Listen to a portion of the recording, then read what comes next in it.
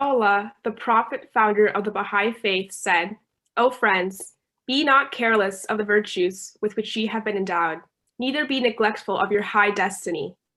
Suffer not your labors to be wasted through the vain imaginings which certain hearts have devised. Ye are the stars of the heaven of understanding, the breeze that stirreth at the break of day, the soft flowing waters upon which must depend the very life of all men, the letters inscribed upon his sacred scroll. With the utmost unity and in a spirit of perfect fellowship, exert yourselves, that ye may be enabled to achieve that which beseemeth this day of God. Verily I say, strife and dissension, and whatsoever the mind of man abhorreth, are entirely unworthy of his station. Center your energies in the propagation of the faith of God." Thank you so much. So now I'll introduce our speaker for today, and just a reminder to please save all your questions until after the talk when we'll have our Q&A session. And if you're new to the Baha'i Faith, or if you'd like to be added to our mailing list, please fill out the Google form that we'll put in the chat below.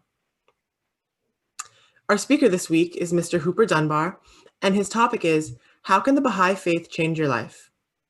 Mr. Dunbar was born in Los Angeles, California, and worked as an actor on stage and on screen, making films with Columbia, Metro-Goldwyn-Mayer, and 20th Century Fox Studios, and was a member of the Screen Actors Guild of America.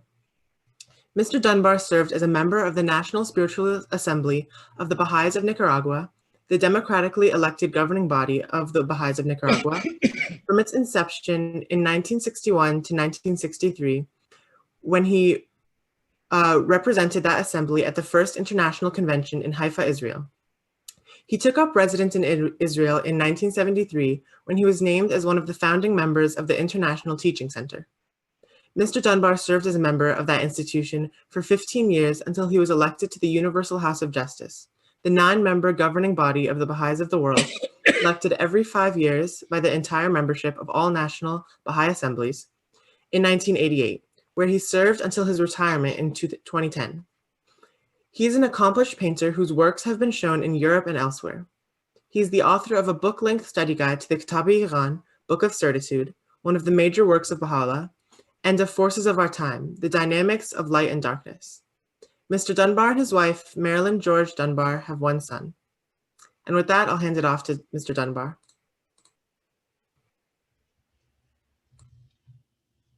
Good morning. Good morning from California. Nice to be with you all. Quite a spread of faces I'm seeing before me. Most of the broadcasts that I do just where I can't see the panels of people present, and it's a big difference to be able to see who you're speaking to, obviously.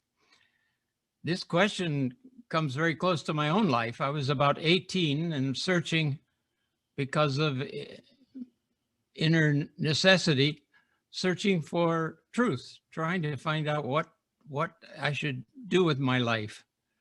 And it was around that time that someone introduced me to the Baha'i Faith, and I went to my first Baha'i gatherings, which were also called firesides at that time. And I heard about the faith, and it had an immediate transforming effect on my life, though I didn't know what it was all about, and I couldn't remember the name of it was all new, but I felt the power of it immediately. And friends, this is something that you don't want to miss out on if you don't know about it. It has a profound effect on our inner lives. One of the great problems of modern society is the question of spirituality. With the rise of materialism and materialistic outlook on life, there's the proper balance between our material lives and our spiritual needs has been thrown off. And of course, this is essential for us to have well-being, essential for us to have balance, essential for us to have confidence and trust in the forces of life. The Baha'i teachings, of course, have been brought to us by Baha'u'lláh, who was the founder prophet founder of the Baha'i Faith, who was teaching in the 1800s. And he has brought us a message of great hope and of the promise of world peace, but it is a process. And he's explained that the forces of revelation that have been released by the verses and the books that he has left us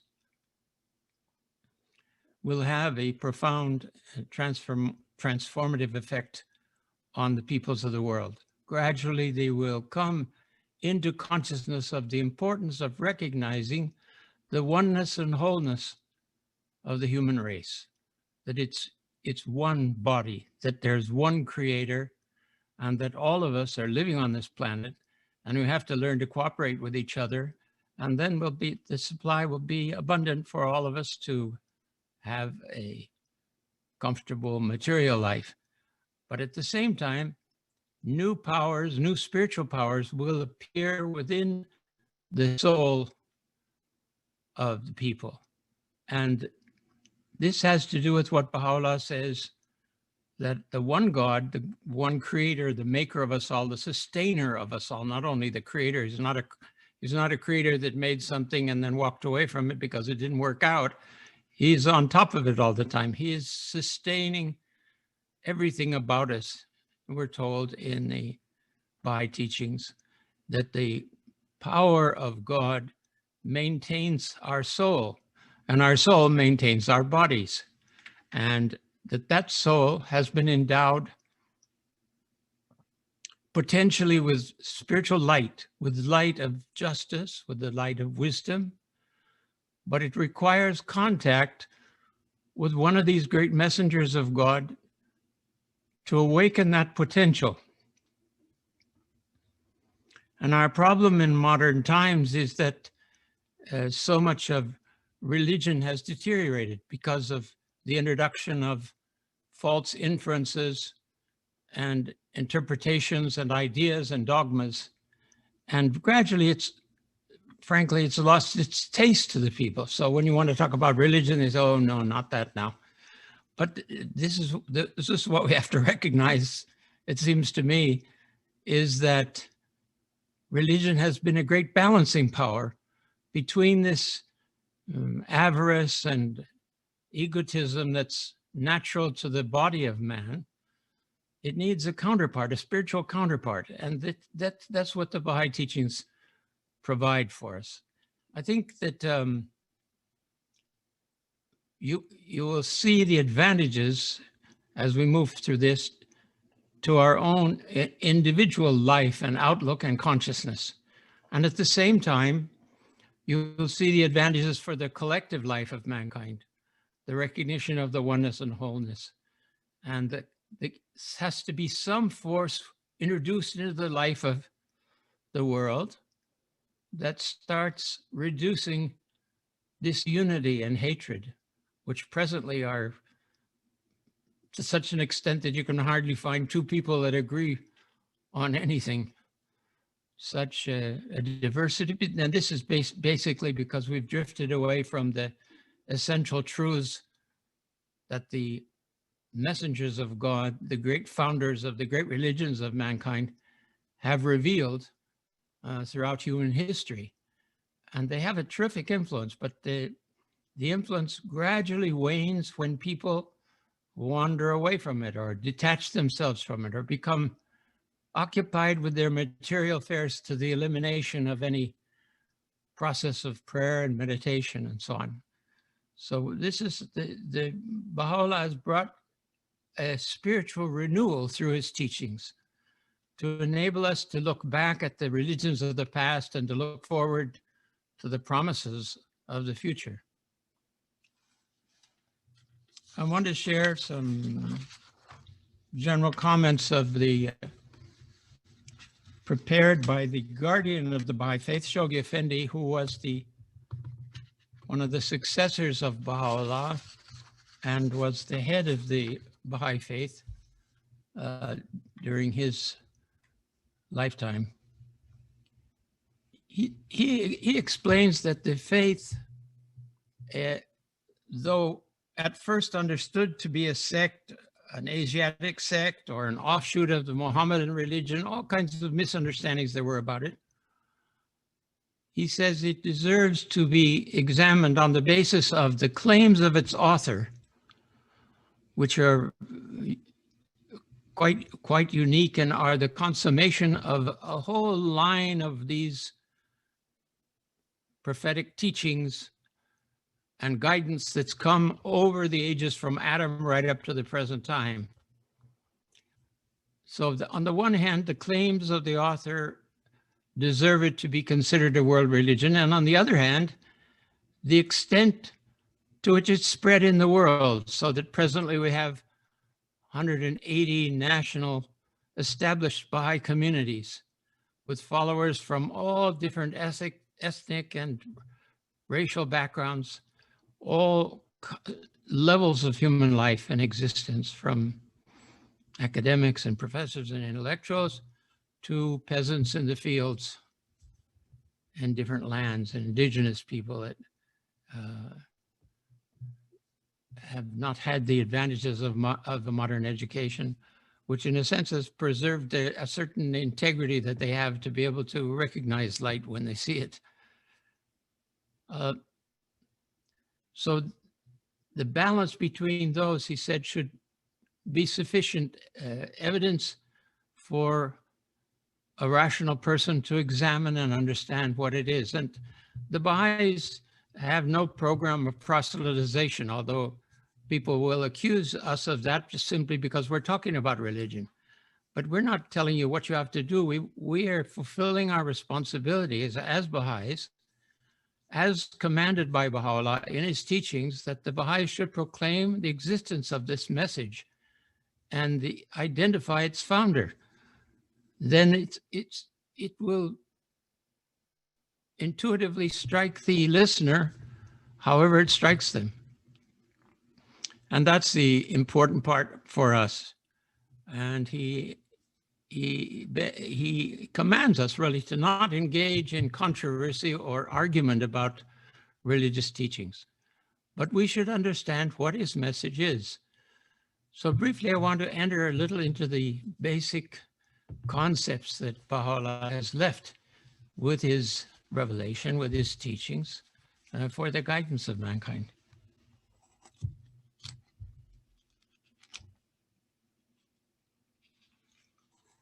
He explains that this faith that he's brought, this community that he's established, is destined to evolve in time into a world-embracing commonwealth, gradually through the recognition of the peoples of the world. And that this will signalize a new golden age for mankind. And in this golden age, the unity of the human race will have been established, unassailably established. Its maturity will have been attained, the coming of age of the human race, and its glorious destiny unfolded through the birth and efflorescence of a world-encompassing civilization. Imagine a civilization in which all the peoples of mankind are invited to contribute their gifts and their understandings. As far as this maturity of mankind is concerned, Baha'u'lláh lays out a vision that's been elaborated by his successor and his son Abdul-Baha in his travels across North America in 1912, that the human race has been gradually guided and educated through a series of revelations. And these go way back. Many of the prophets and founders of religious communities have disappeared. We've lost proper trace of them. Maybe we know names, but we don't know their teachings.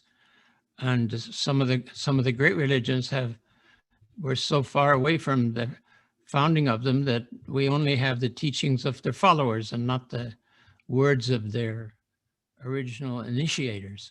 So this is very much the case with Buddhism.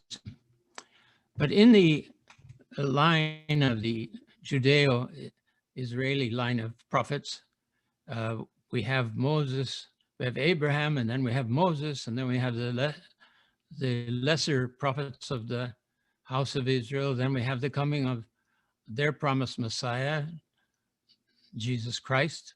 And then we have the arrival of Islam. And if you read of Islam, prejudices of modern times and of the degeneration of various movements, radical movements within Islam, which are not in the spirit of Islam at all, you can see how the spirit of Islam has influenced the development of the human race in a great deal. I mean, the Muslims were the first ones to initiate universities and the study of various cultures. And Islam, of course, spread from Spain all the way to China. And that's part of the development, this series of revelations. But then he also says that parallel with that, through the spirit released from these various divine teachers, which we believe are all one in their inner reality, the one voice that's speaking to us through these various spiritual leaders. He says we've developed progressively various stages of social or collective life. For instance, we've had the birth first of the concept of family, way back from the time of Adam on, and gradually the unification of families into tribal units, and eventually tribal units into city-states. And then city-states coming of age gradually have led to the establishment of nations, independent nations. And this is the next to the last stage, he tells us, of what's happening for the human race now. We're moving into a new and glorious period of the recognition of the oneness and wholeness of mankind, and the need for all of us to recognize that. And because of religion, because of race, because of political outlook, because of nationalistic tendencies, which have now reached an excessive stage, and he said have to be surpassed, have to be transformed into consciousness of world undertakings and enterprises. That doesn't mean we're not patriotic and we don't support and serve the governments wherever we live, because Baha'is live in so many different countries with so many different political outlooks. Baha'u'lláh from the beginning has asked the Baha'is to avoid participating in national partisan activities and to focus and to encourage and to spread discourse about the needs, international needs of mankind. And this is where the focus of the Baha'i teachings rests. So on the one hand, we have a plan for the social development of mankind laid out by the prophet of God for this day. And we have also the energy and the possibilities of fulfilling that. Therefore, he has proclaimed as a fundamental principle of his cause that religious truth is not absolute, but it's relative. Now you say, well, is truth truth, or what are we talking about here? We're talking about the fact that the truth that Christ could give, the kind of teachings that Christ could give in his time and in the limited period of life that he had before he was crucified, we had spiritual principles, given us spiritual principles. And he couldn't call for the recognition of the oneness and wholeness of the human race. I mean, when you think of it, at that time, the earth was still flat and people had no idea of the other continents of the globe. So this is quite, I think, a relevant fact now with the developments that have happened, with the possibilities of the knowledge of the oneness of the planet. Baha'u'lláh has brought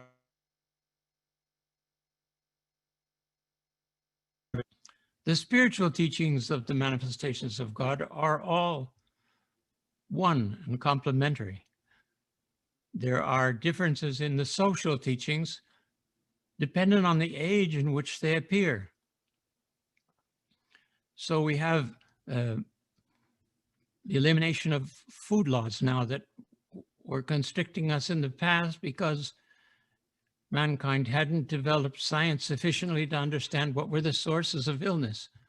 And mostly it was thought that they were launched on the wind or on breezes or something like that, or what you breathe in, which had some truth to it, but not enough to keep us from eating pork that was past its prime, so to speak.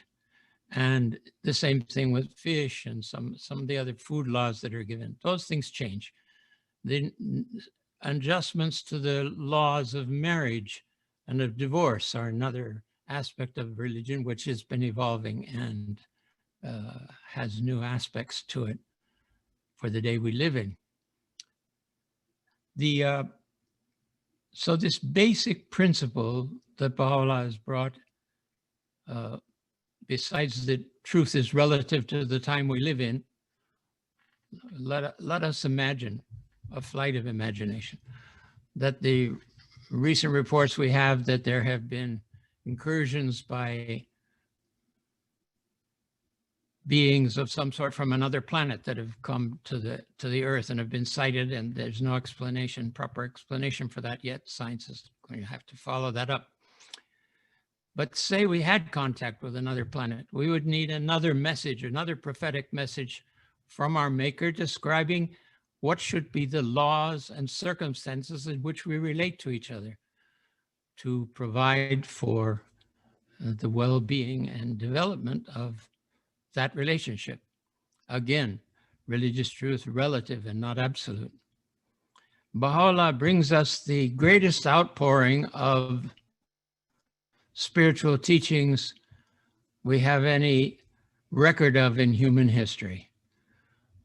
His teachings fill in more than 100 volumes, and they're written and sealed so that we're not up against guessing at what they were or wondering if this is a true teaching, which was the case with the other holy books in the past, except for the Quran itself, which Baha'is believe was also a divinely revealed text for the guidance of mankind for that period. The various religions have teachings about the coming of another manifestation or not that have become established, and they're not based on their holy books, or they are based on their holy books, but the prophecies were symbolic. For instance, you want to say that if I say that we believe that the reality of Baha'u'lláh is the same reality as Christ, and this represents the return of him as a messenger of God for this time.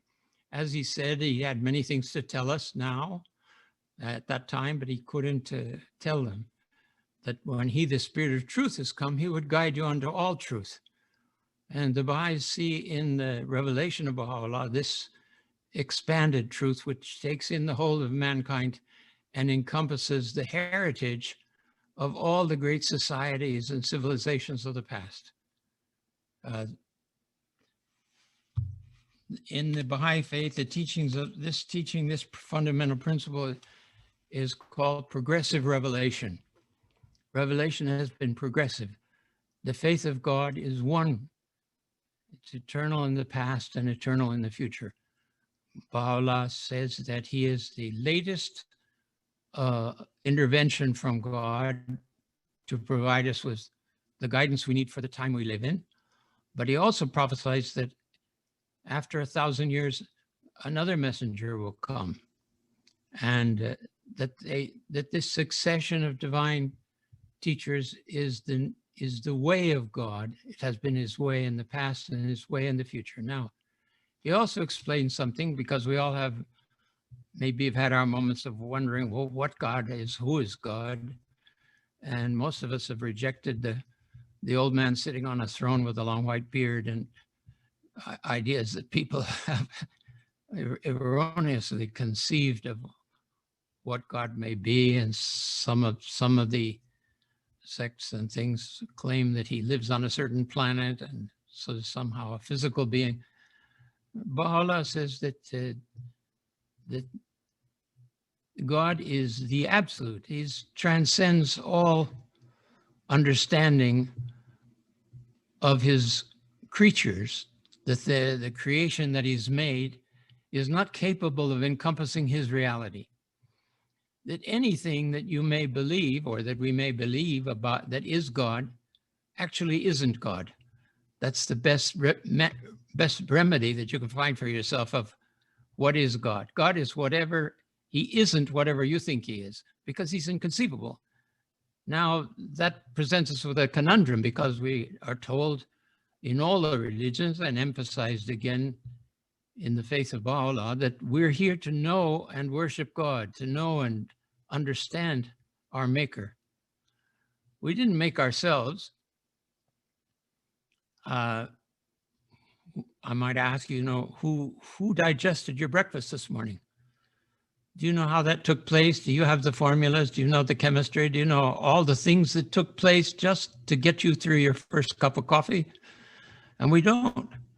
And though we seem to be independent beings, and we have been given a free will, and this is a great mystery that human beings are faced with,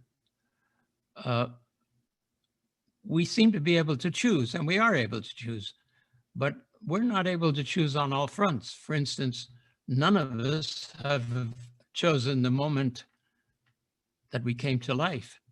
None of us has chosen to which family and which country we'll be born in. None of us should choose the moment in which they die. These are things that are basically in the hands of God. Abdul-Baha, the successor of Baha'u'lláh, has explained with regard to life after death, it's a very important world. It's much greater than this world.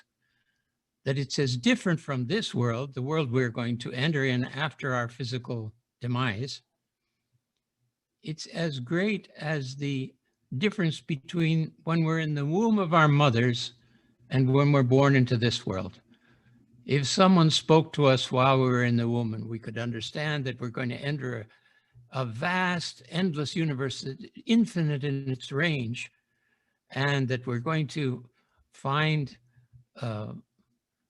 two loving beings that are going to take care of us and nurture us as we grow, and that we're going to see landscapes and trees, and that these trees bear fruits, and that those fruits one can eat, and they're delicious.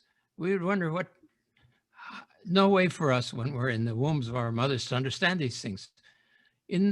Likewise, Abdul-Baha says that the next world can't be fully revealed to us. And if a clear picture was given to us by the prophet of God in the writings, in the texts and scriptures, that we would take our own lives because it's so glorious, and we wouldn't stand to remain in this limited condition that we're in. So because that's a rebirth, that's a birth into another condition. And he said, you will be called to account for your actions, as in the other religious teachings of the past, that what we do will make a difference to the future. So if we're asking, how can the Baha'i Faith change your life? It can provide the basis for a reset or a newly awakened vision about the purpose of existence, about your relationship with the creator of us and sustainer of us all. Baha'u'lláh says, while God is transcendent, he's also in the world, and his influence is in the world. Like the sun doesn't come down, its light comes down, and its light gives life to the planet. So God, through his divine messengers, endows the world with the light of divine revelation. And that has a profound effect then on how you view everything. And it moves you forward in a very important personal vision that then enables you to manifest the kind of love that you have from that discovery in a general application to humankind as a whole, and enables you now to begin identifying with the world community and with all the different peoples and the riches that that contains. We have talked about that the mission of these various messengers of God are different stages in the spiritual and social evolution of humanity.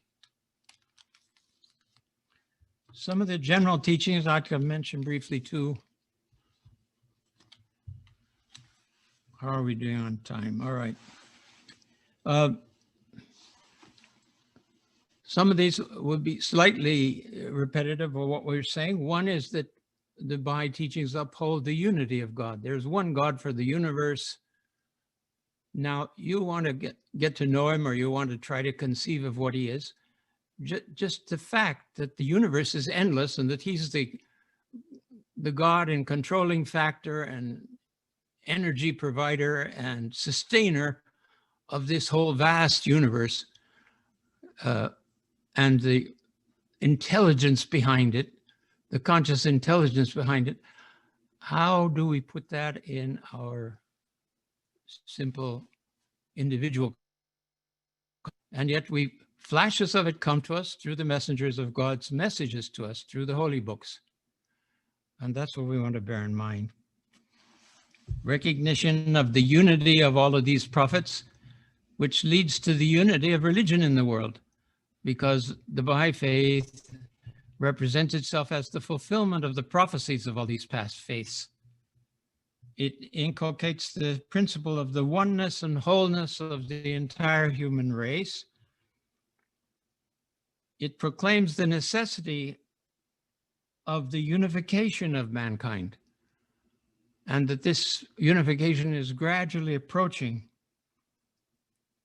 And he claims also, and this is very essential, that nothing short of the transmuting Spirit of God working through his messenger can ultimately succeed in bringing this unity about. It's not going to come about simply because we realize that cooperation between nations is going to be helpful to us, although we will come to the stage of this spiritual unification, we're told, through a social unification, a political unification of mankind. Gradually, as the nations realize how interdependent they are, they will give more and speed power to the edges of the world, and what Baha'u'lláh calls the great peace that mankind has been waiting for.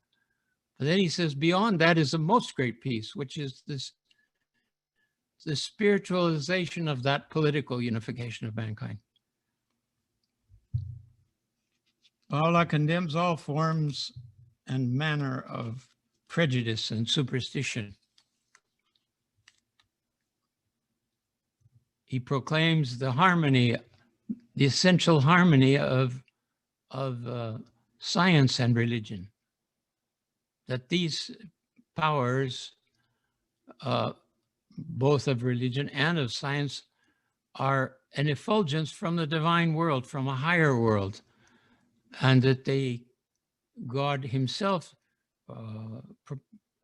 through his messengers, through his manifestation, as we call them, manifestations of God, distributes the knowledge of different tools that we need. So scientists, the ones who are on the leading edge of looking into different matters, oftentimes themselves simultaneously inspired with some instrument, with some new invention. How many countries claim to be the inventors of the telephone? You know, wherever you live, you say, well, my country does. But there's a number of them that do. Who invented aviation? That's also, when the time comes, the power is released for these scientists to be able to move into a new age of development. So this is probably the same way with the evolution of digital knowledge. Interestingly enough, Abdul Baha, the successor and interpreter of Baha'u'llah's teachings, when he was in the United States, wrote in a letter that because of the greatness of Baha'u'llah's revelation and its release into the world, everything is going to change. Now, if you look back from the middle of the 1800s, how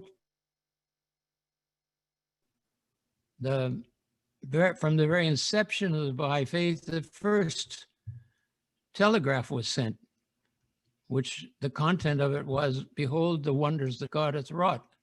And after that, we have so many scientific developments and new understandings of things every day that centuries in the past, think back on the history of mankind from Christ's time up until the coming of Baha'u'lláh. It took the same amount of travel, the same length of travel, the same means of travel for almost 2,000 years. Incredible. That is, you could go by horseback or you could go by sailing ship, sailing boat, and that was it. And now suddenly we're bolted into a new system. The next world is full of flight. And he said, so flight has to come here. And flight has come, and even now we see there's means of individuals flying around and saving people on mountaintops and things like this. Quite interesting. And Abdu'l-Baha said, you'll see that a time will come when anyone, anywhere on the face of the earth will be able to speak face to face with anyone else whenever they wish. The Baha'is that were in his presence and knew about this didn't speak of it. They said, we mustn't speak about this. It's totally impossible. How can you conceive such a thing? And now friends, we have it right in our hands. It will become perfected, it will become greater. But this is one of the provisions, again, we're told of our Maker to consolidate the vision of the oneness of mankind. It's a challenge at first for people to think of it, but it's a terrific things that how the Baha'i Faith changes our life. It changes our life on our understanding of our own nature. It has that potential. And to develop our latent, hidden gifts of consciousness, spiritual gifts of consciousness, gifts of arts of all sorts, writing, and all the different other applications, technologies that are thriving all over the world. And it has the power to change our lives on how we look at other people. And it calls us to be forgiving and understanding as our Maker is forgiving with us. Baha'u'lláh says, conceal the sins and shortcomings of others, that God may conceal your sins and shortcomings. Big trade-off there. It also causes, as we've mentioned here, the connection of our own lives with our future life, with what comes after it. And Baha'u'lláh says that's an eternal stage of developments. There's various worlds through which we pass, not physical worlds, but spiritual states of consciousness. He says the dream has been placed in the human soul. Consciousness is able to function in all of its aspects while the physical senses, material senses are closed down. You're asleep, your eyes are shut, you're not able to perceive fragrances, you're not able to taste things, you're not able to hear things, and yet in the dream you do all these things. So he establishes that senses are a gift from God and they come from the other world, that the soul, which is inherent from the other world, borrows this physical being, comes and creates a physical being for itself to function here, which then develops and grows and provides you with the basis for as a kind of a launch pad from this life into the next. And he tells us to all focus on those things which will bring us about the unified view and understanding of peoples, such as the universal education, a universal curriculum, a universal language in which we can supplement our mother languages where we live with a universal parlance, with a way of speaking and interchanging literature and everything with all the peoples of the world. And then he's delineated institutions that we need to establish or see established by the will of the people of mankind for the establishment of permanent peace, for the elimination of any possibility of aggressive from one nation to another, collective security. Any nation attacks any other nation because of a world pact, a world understanding, that nation will receive the opposition of all the other nations of the world. Then who will arise to acts of aggression to other countries? So these things are essential to the Baha'i teachings. We haven't entered into the question there of the central figures of the Baha'i faith. That's a thing you'll want to investigate and look at a little at Baha'i history.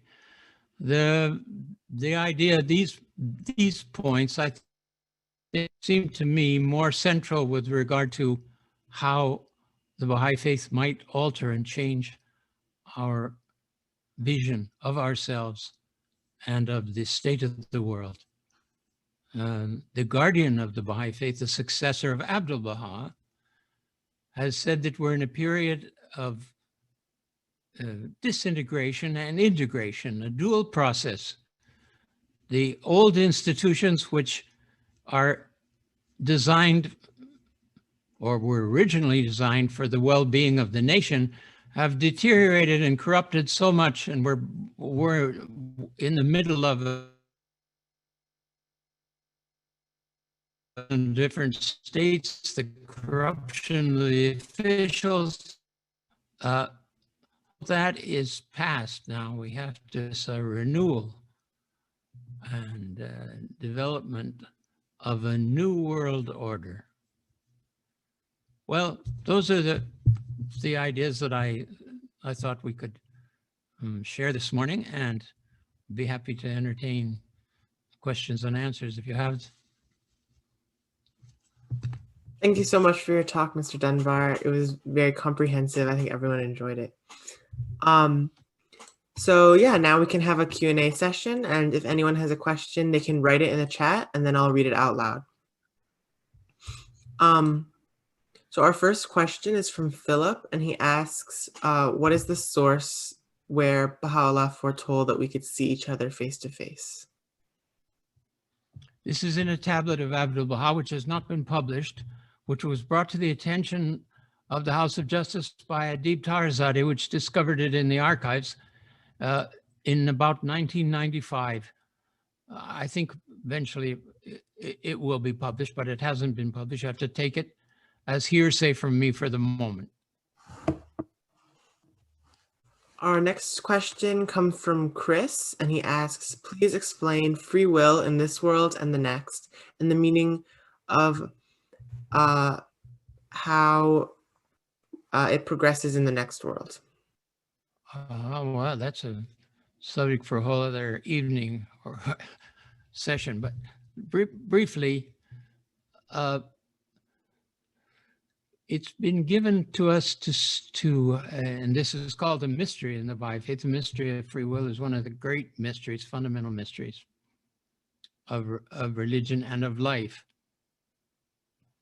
We have two natures. We have a physical nature, which comes from our inheritance of an animal body, and we have a spiritual nature, which is generated and sustained by the verses of God, by the revelation and divine teachings which come to us from these messengers of God. Now, there are insinuations coming to us through the influence of our body and of two great veils that keep us from fully accepting the spiritual side of our nature. One is self-love, egotism, pride of ourselves, which is so essential to our animal, really to our animal nature.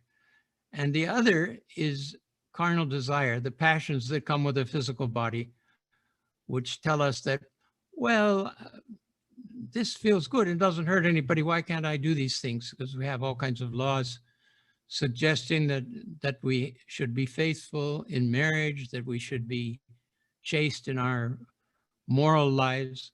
This is a challenge. Nobody is perfect, but we are told we should be consciously making efforts towards controlling our lower nature and to subduing this pride.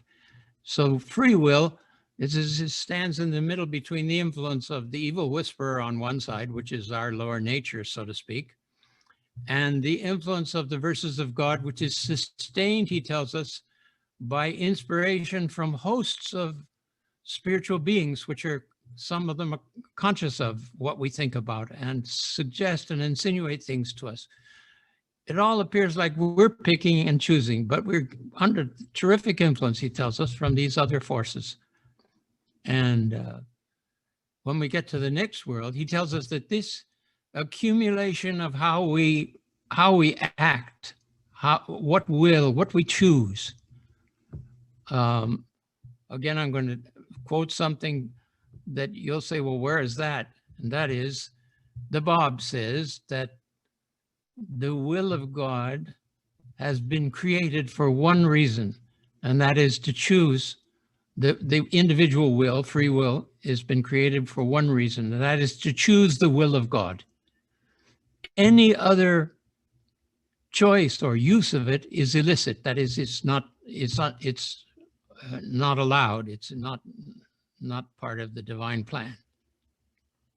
So free will is to choose the good and not to choose the evil, and that we will have to bear account of how we managed that and how we served our fellow men, how mankind was, the human world was the object of our prayers and our development, and we're trying to contribute positively to the ongoing civilization that's around us. And when we get to the next world, that account will be rendered.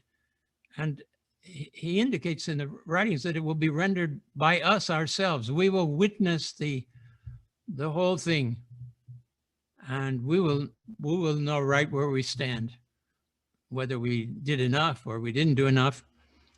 And Baha'u'lláh, in one of his messages in a book, marvelous book that you should get for yourselves, called The Hidden Words.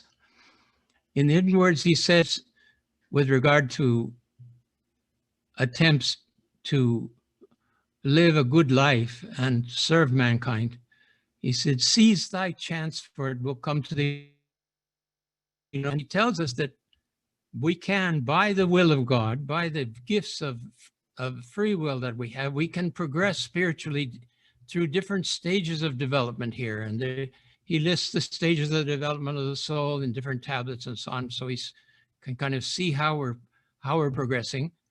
But when we get to the next world, that doesn't happen by acts of free will. That is, we do not change states. We do not change into higher conditions of vision, which is possible here.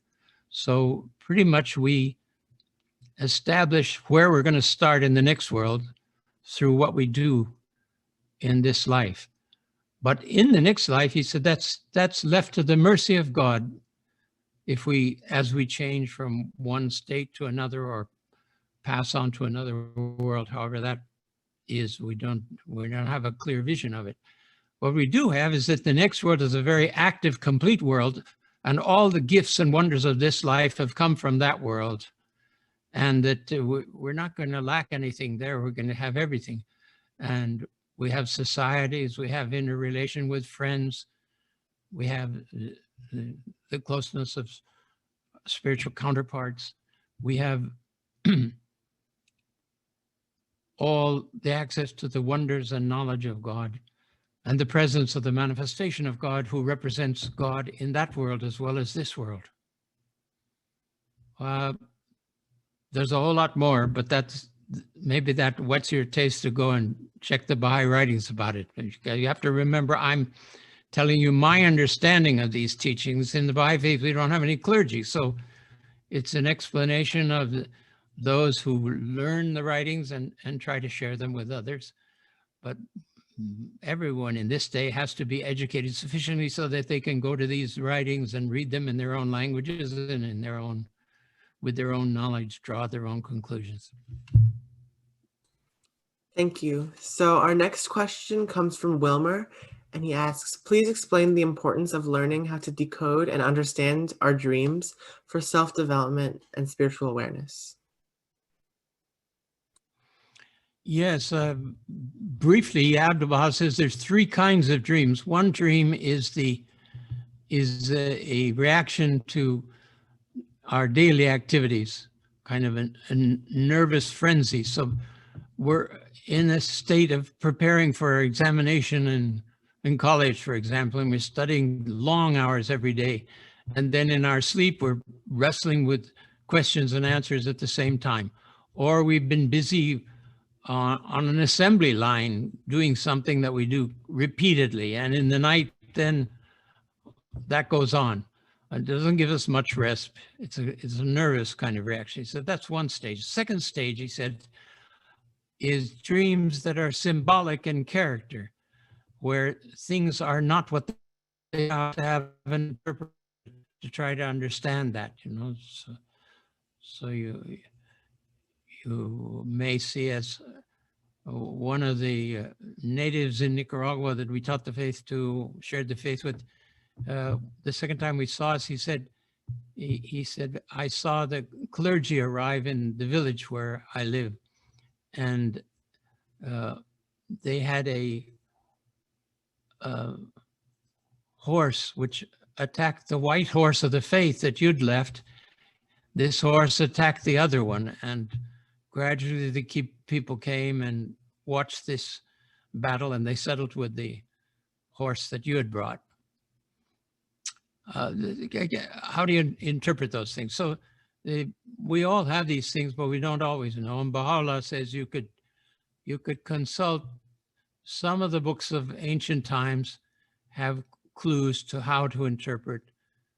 And I'm sure we've all heard in our families or in our associations, people having strange dreams and trying to understand them. So that's a second kind of dream. And the third kind of dream, he said, is actually a disclosure, spiritual disclosure, where you see one of the messengers of God or Abdu'l-Baha or whatever,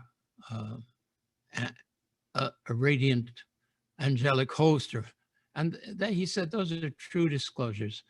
Or you see friends that are very close to you, and you see the light coming from their eyes, you embrace them, and it's just a spiritual greetings of from the other side. It's possible sometimes to have a connection with souls who have passed on, but generally we don't, because too much knowledge of that would imbalance our determination to continue living here. Thank you. So our next question is from Armin, and she asks, can you briefly explain the Baha'i administration and the Baha'i voting process? That's also another evening of activity. The Baha'i administrative order, we have three central figures. We have Baha'u'lláh, and we have a forerunner that came before him with the full divine powers of a manifestation of God, who prepared the way in Iran, in Persia, where Baha'u'lláh appeared, prepared the way for the people to hear of a messenger with a much greater revelation than his own. His name was the Bab. So we have the Bab, then we have Baha'u'lláh, then we have Abdu'l-Baha. Abdu'l-Baha was given the power of an interpreter of his father's teachings. And he wrote a will and testament establishing elements of the Holy Book of Bahá'u'lláh with regard to the future that called for the establishment of a universal house of justice, which would stand at the head of the Baha'is, an elected body. And also he hinted at certain other developments, which had to do with the succession of Abdu'l-Baha with a leader. And in this case, he named his grandson, Shoghi Effendi, as the guardian of the Baha'i faith.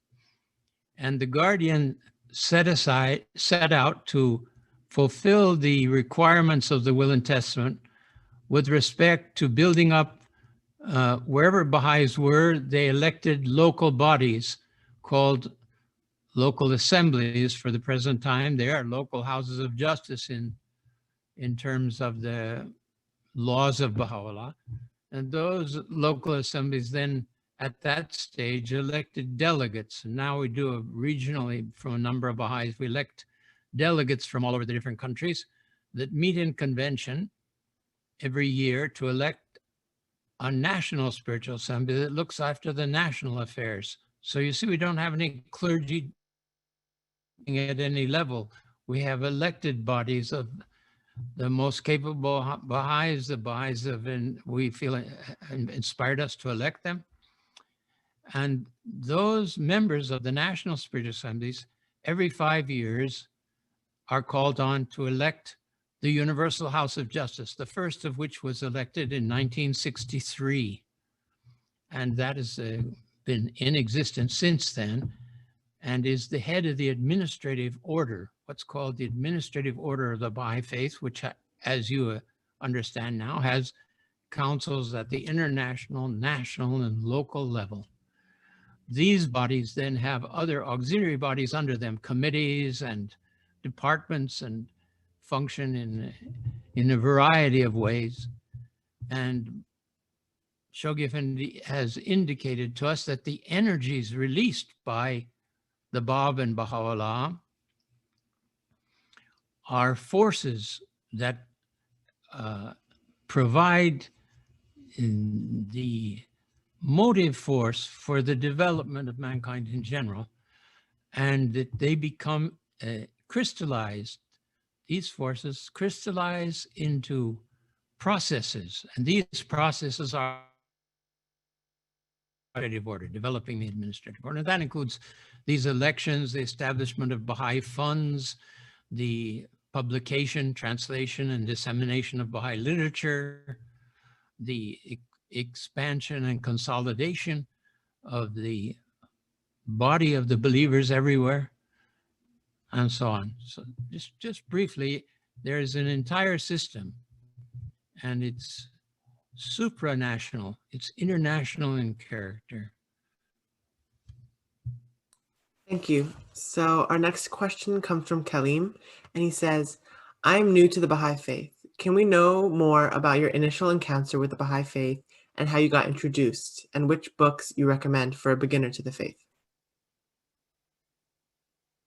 Okay, now, I don't know if the rest of you blanked out, went silent as you explained the question, so I couldn't get the question. If you can repeat it again, let's see if we Sure. can hear it this time. So he asks, I am new to the Baha'i Faith. Can we know more about your initial encounter with the Baha'i Faith and how you got introduced, and which books you recommend for a beginner to the faith? Yes, I can tell you a little bit about that. I had a friend who was connected to a number of actors and people involved in theater in Los Angeles.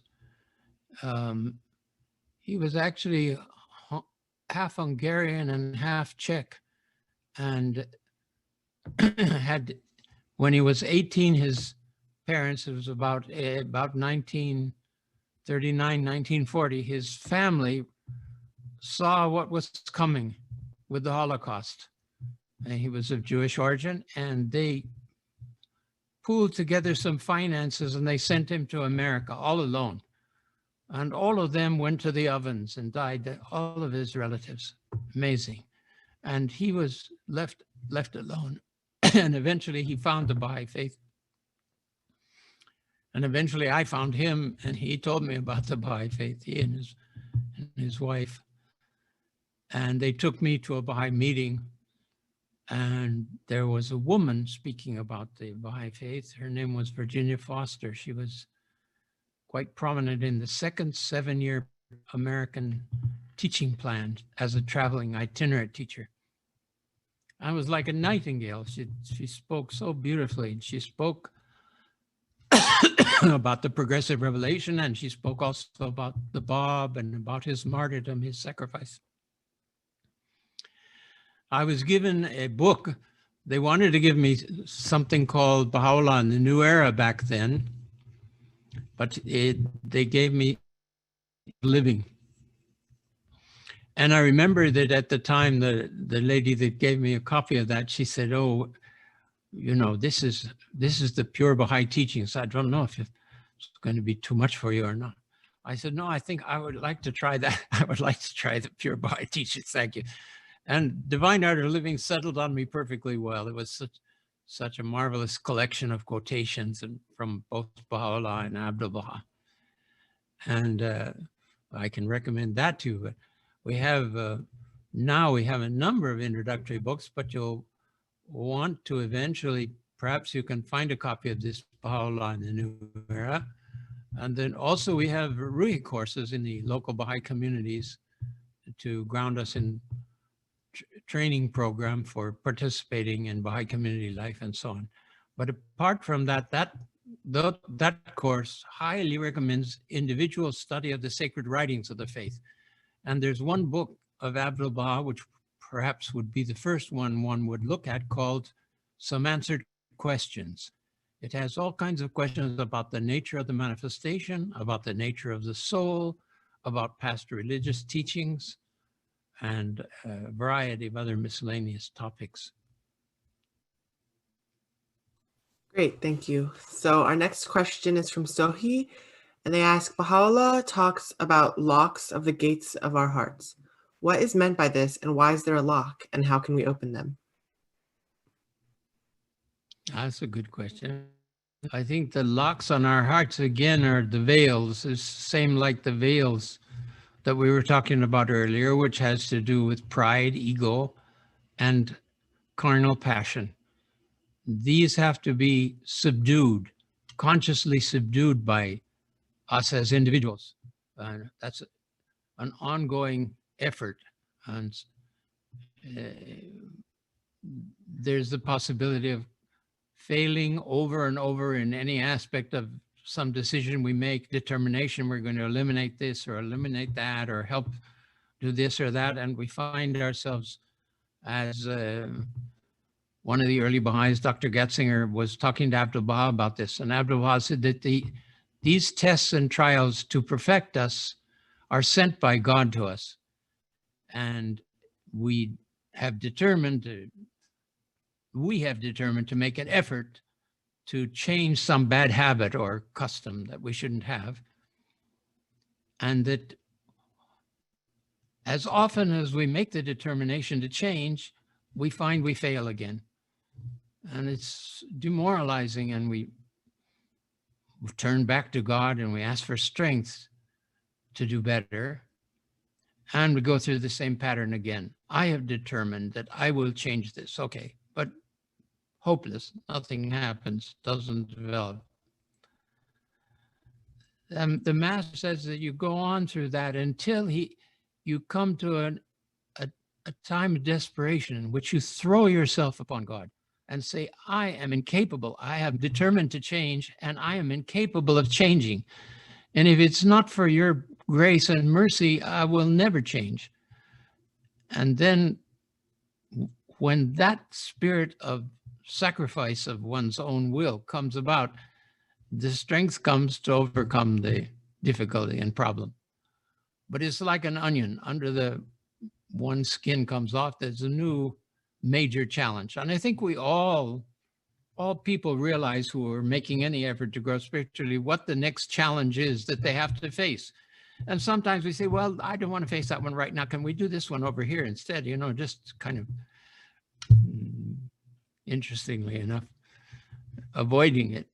But it comes back to us. And through this process of tests and difficulties and calamities in our life and the various sufferings that we have, God moves us through the stages in the progress of our consciousness and spiritual awareness.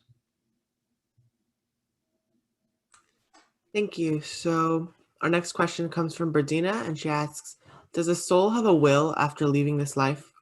What reference are there in the Baha'i writings regarding any will of the soul in the next life? Please provide a reference to related quotes in order to share with other inquiring Baha'i friends. Thank you.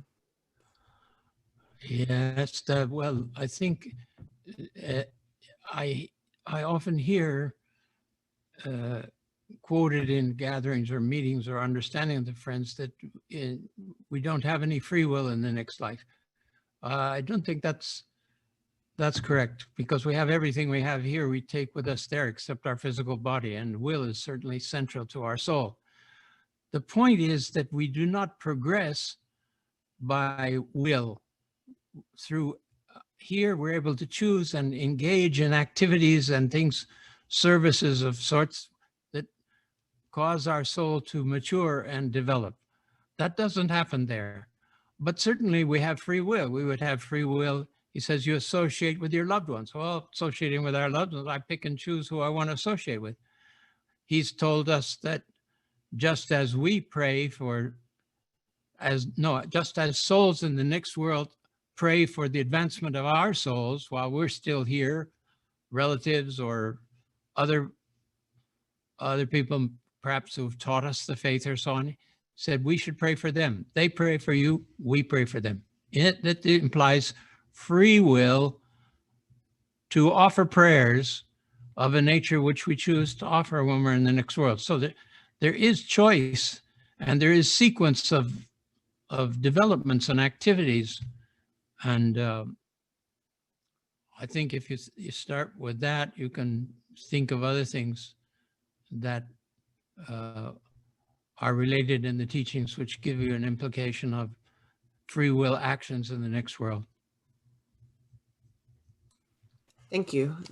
Our next question comes from Adib, and he asks, due to the pandemic, on a local scale, we are seeing changes in our community where there are increases in the bonds of friendship between the friends as well as the community at large.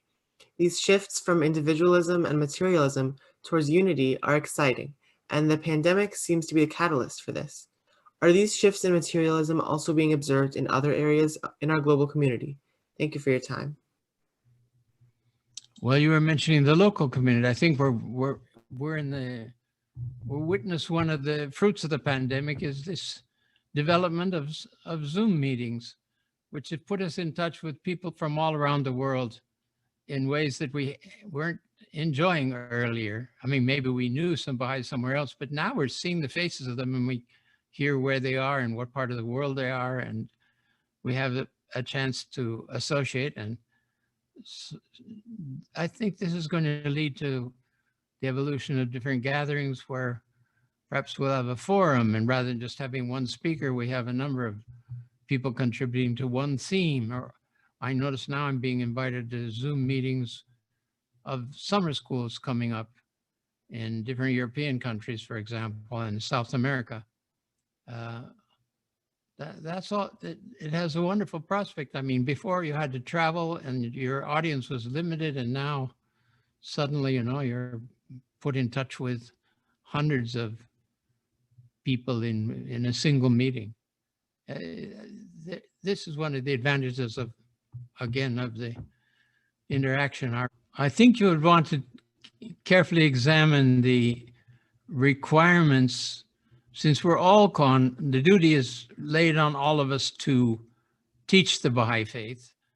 Baha'u'lláh calls us to that, to share the Baha'i teachings, because the manifestation of God in his life is able to reach a certain number of individuals, but even just the number of countries that Baha'u'lláh, the faith of Baha'u'lláh, reached in his own lifetime was limited. Now, all the rest of this just faith coming to America and to South America and to many countries of Europe awaited further stages in its development. I lost my way. Now tell me what I got thinking about something else at the same time. Bayan, tell me, what was the question again? Did I finish answering it? The question was about what are key how to strategies. transform ourselves. I remember now. Okay. So I would suggest a book called The Advent of Divine Justice, which outlines certain requirements, since we're required to teach the faith, since we're required to study the faith, because Baha'u'lláh says if you're going to teach anyone, you should first teach your own self and learn the parameters of the Baha'i principles and teachings and absorb them, all of those being laid out in different Baha'i texts. Some of you be familiar with the book, The Gleanings, Hidden Words we've already mentioned, the Kitab-i-Gan, the Book of Certitude with regard to spiritual matters and the vision of God and the faith. All of those things are there, but the requirements basically set forth in the Advent of Divine Justice help us to become more effective as teachers. That is what the Guardian promises there. And those things need to be studied and meditated on. He talks about we study, but he said we read, but we also have to meditate. We pray, but we should meditate about what we prayed about so that it can come to action, so we can see what steps we should we take in our own individual behavior on the one hand and in collective activities in the community through the plans that are given to us by the Universal House of Justice. Thank you. Our next question is from Giti, and she asks, do you think Corona will touch the hearts of people to an extent that they recognize the significance of Baha'u'llah's revelation? I don't know the answer to that. I think that certainly the coronavirus is testing us, and perhaps the isolation that is provided in some instances will cause us to have time to reflect, time that we wouldn't take normally from our hectic schedules that we've given us. Most people have provided themselves such a schedule they have no time to think about themselves and the difficulties of spiritual challenge. I think that's very important that we take time to read the writings, to read the teachings, and to ponder them, to think about them, reflect. Baha'u'lláh says, examine, consider. Lots of things to work through. Thank you. Our next question is in the chat, and it says, can you please explain the process whereby the creative word, the word of God, has the power to change who we are? That's certainly a mysterious subject. The book that I put together on the forces of our time has quite an elaboration there of how these spiritual forces emanating from the teachings of the prophets of God, these two twin manifestations have infused a divine energy into the world through the establishment of their teachings. It's interesting that the verses of God will proclaim a truth or call for some development, and that at the time of its revelation, and the Bab hints at this in his writings, at the time of the revelation from the lordly tree, the power is released by God for the fulfillment of those verses. So there's energy accompanying the commands or the exhortations of Baha'u'lláh. This becomes quite significant if you think of the hidden words, the different hidden words that call on us. are accompanied by a spirit which could enable any one of us to fulfill those words if we approach them with the proper reverence and supplication to Baha'u'lláh to assist us. It seems I'm reaching way beyond my own capacities and determinations, but that's the indication that's given there. So you have to trust as you read this that it has a transformative power. Now this happens at all levels in the cause. There are all kinds of exhortations to local assemblies, which local assemblies need to study the compilations on the teachings regarding local assemblies. The members need to know that. And the community should do it so they can understand the nature of the people that they're electing, freely electing as members of the local assemblies. Thank you. Our next question is, how do you describe your art of painting? Is it somehow inspired by your faith? Well, I hope so. I don't pray as I'm about to paint. I pray in the morning and I think about the Baha'i teachings as much as possible.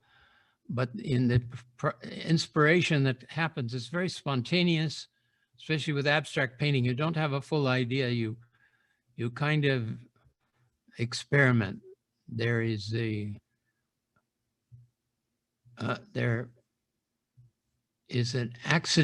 almost an accidental character. You have a certain freedom in the way that you're throwing paint or dashing paint or whatever. In my particular process, I do that in the painting process, and then I edit. So it suggests things to me that then I work on and edit and eliminate or add, and the various levels of digestion of what I'm feeling. And it becomes very heady. Sometimes I feel like I'm dancing, and I can't contain myself with one canvas, and I'll have 3, 4 canvases going at the same time, adding things and waiting for them so that the development doesn't die out. And it's so stimulating, but it's very hard to crack into that state. And every time I leave it for any length of time, when I'm trying to get back into it, I'm faced with the denial. I said, so you're not a painter. What are you doing? You're foolish, wasting your time here. And so it's a struggle, especially because I was traveling a lot. Now that I'm here all the time with my art library and so on. Also, one can derive terrific inspiration from some of the other artists that are out there. Look at paintings that artists that inspire you, attract you, and confirm you. I feel very close to the work of Mark Tobey, who was a early Baha'i painter and became somewhat known on the world stage. Not too much remembered at the moment, but I think his time will come back because of his connection. He had 2 tablets from Abdul-Baha. He was a Baha'i from early on, and he made his pilgrimage and visited the Guardian, and all of these very interesting history as a Baha'i. Thank you.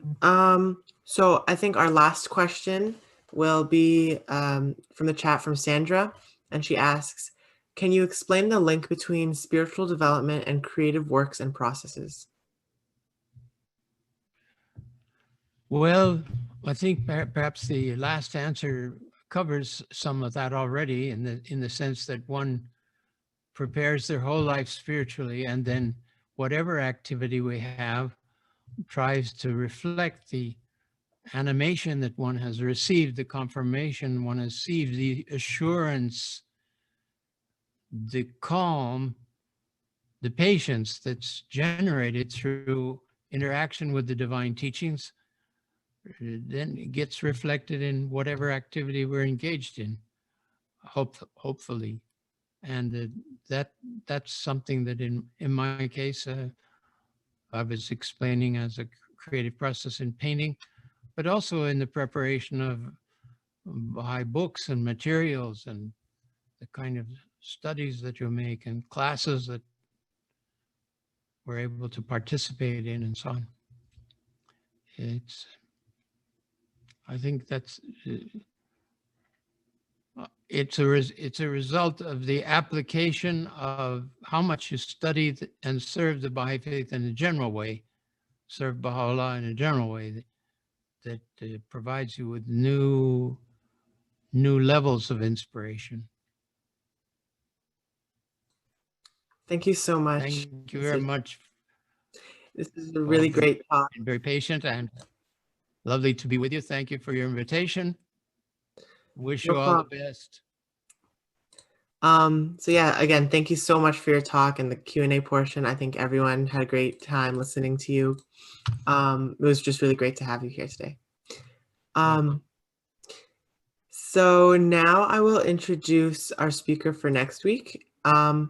Our speaker next week will be Van Gilmer, and his topic will be, Can We Ever Overcome Our Divisive Times? A Baha'i Perspective. And again, these talks occur every Saturday at noon Eastern Standard Time, so please invite your friends and family. And again, if you're new to the Baha'i Faith or if you'd like to be added to our mailing list, please fill out the Google form that we'll put in the chat below. And now we're just going to close with a Baha'i writing set to music.